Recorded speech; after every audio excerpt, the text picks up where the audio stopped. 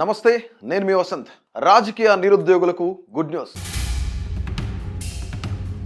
నియోజకవర్గాల పునర్విభజన పుణ్యమాని 2 తెలుగు రాష్ట్రాల్లో 84 మంది ఎమ్మెల్యే పోస్టులు, 28 మందికి ఎమ్మెల్సీ స్థానాలు రాబోతున్నాయి. 33% మహిళా రిజర్వేషన్ కారణంగా 126 మందికి ఎమ్మెల్యే పదవులు, 42 మందికి ఎమ్మెల్సీ పదవులు రాబోతున్నాయి. కొత్తగా డీలిమిటేషన్ ప్రారంభమైంది. ఈ డీలిమిటేషన్ 2026 జనాభా లెక్కలను బేస్ చేసుకుని పునర్విభజన జరుగుతుంది. ఏపీ అసెంబ్లీ స్థానాలు 175 నుంచి 225 స్థానాలకు పెరగనున్నాయి. తెలంగాణ అసెంబ్లీ స్థానాలు 119 నుంచి 153కు పెరిగే అవకాశం ఉంది. ఏపీలో 50 మందికి, తెలంగాణలో 34 మందికి కొత్తగా పదవులు రాబోతున్నాయి. డీలిమిటేషన్ తర్వాత తెలంగాణ విషయానికి వస్తే హైదరాబాద్ మహానగరం, దాని చుట్టుపక్కలున్న నియోజకవర్గాల సంఖ్య 24 నుంచి 52కు పెరిగే ఛాన్స్ ఉంది. గ్రేటర్ హైదరాబాద్ లో జనాభా దాదాపు 1.5 కోటి దాటుతుంది. తెలంగాణలో మొత్తం జనాభా చూసినట్లయితే 4,25,00,000 మంది ఉన్నారు. అందులో దాదాపు 30% జనాభా హైదరాబాద్లోనే ఉన్నారు. అదే రేషియోలో అసెంబ్లీ స్థానాలు కూడా పెరగనున్నాయి. దీన్ని బట్టి ఒకటి అర్థమవుతుంది, తెలంగాణలో ఏ పార్టీ గెలవాలి అనేది హైదరాబాద్ డిసైడ్ చేయబోతోంది.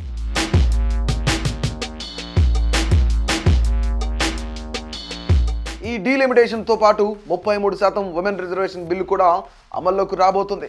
కనుక చాలా పెద్ద సంఖ్యలో మహిళలు ఎమ్మెల్యేలు, ఎమ్మెల్సీలు కాబోతున్నారు. ఈ బిల్లుతో 51 అసెంబ్లీ సీట్లు మహిళలకు దక్కనున్నాయి. ఇప్పుడు తెలంగాణలో ఉన్న మహిళా ఎమ్మెల్యేల సంఖ్య కేవలం 10 మాత్రమే. తెలంగాణలో ఎమ్మెల్సీ సీట్లు 40 ఉన్నాయి. డీలిమిటేషన్ లో భాగంగా మరో 11 మందికి ఎమ్మెల్సీ పదవులు దక్కనున్నాయి. తెలంగాణలో మొత్తం ఎమ్మెల్సీల సంఖ్య 51కి చేరనుంది. కాబట్టి మహిళల వాటాగా 17 ఎమ్మెల్యే సీట్లు వస్తాయి. ప్రెసెంట్ తెలంగాణ శాసన మండలిలో 3 మాత్రమే మహిళలు ఉన్నారు.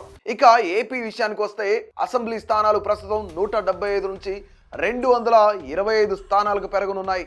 అంటే కొత్తగా 50 మంది రాజకీయ నిరుద్యోగులకు ఉపాధి లభిస్తోంది.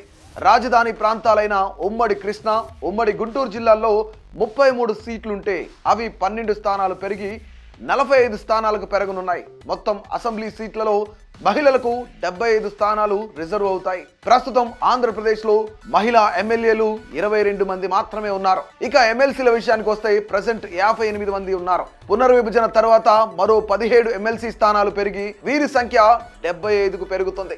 ఇక మహిళా రిజర్వేషన్ లో భాగంగా 25 సీట్లు మహిళలకు దక్కుతాయి. ప్రస్తుతం ఏపీలో మహిళా ఎమ్మెల్సీల సంఖ్య 8 మాత్రమే. ఇక ఎంపీ సీట్ల విషయానికి వస్తే జనాభా ఆధారంగా జరిగే డీలిమిటేషన్ వల్ల సౌత్ స్టేట్స్ అంటే ఆంధ్రప్రదేశ్, తెలంగాణ, తమిళనాడు, కేరళ, కర్ణాటక రాష్ట్రాల ప్రాముఖ్యత పూర్తిగా తగ్గిపోయి నార్త్ స్టేట్స్ ప్రాముఖ్యత బాగా పెరగనుంది. 1971 తర్వాత దక్షిణాది రాష్ట్రాలు జనాభా పెరుగుదలను బాగా కంట్రోల్ చేశాయి. అదే ఉత్తరాది రాష్ట్రాలు చూస్తే జనాభాను బాగా పెంచుకుంటూ వెళ్ళాయి.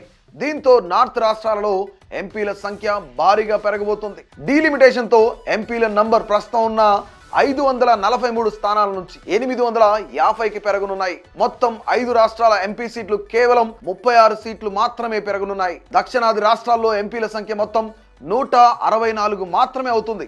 ఉత్తరాది రాష్ట్రాలైన కేవలం 2 రాష్ట్రాలు తీసుకుంటే ఉత్తరప్రదేశ్, బీహార్ రాష్ట్రాల ఎంపీల సంఖ్య 225కు పెరగనుంది. దీన్ని బట్టి అర్థమవుతుంది దక్షిణాది రాష్ట్రాల ప్రాముఖ్యత ఎంతవరకు ఉంటుందో. ఈ డీలిమిటేషన్ తో దక్షిణాది రాష్ట్రాల వాటా 32% నుంచి 20%కి పడిపోయే అవకాశం ఉంది. పాపులేషన్ ఆధారంగా జరిగే ఈ పునర్విభజన జరిగితే దక్షిణ భారతదేశం పూర్తిగా నష్టపోయి ఉత్తర భారతదేశ ప్రాముఖ్యత పెరుగుతుంది. దీంతో నార్త్ ఇండియా అధికారం కింద సౌత్ ఇండియా నలిగిపోవాల్సి వస్తుంది. ఇప్పటికైనా సౌత్ లీడర్స్ మేల్కొని జనాభా ప్రాతిపదికన జరగనున్న పునర్విభజనను ఆపకపోతే పూర్తిగా నష్టపోయి దేశంలో వెనుకబడిన ప్రాంతంగా దక్షిణ భారతదేశం మిగిలిపోబోతోంది.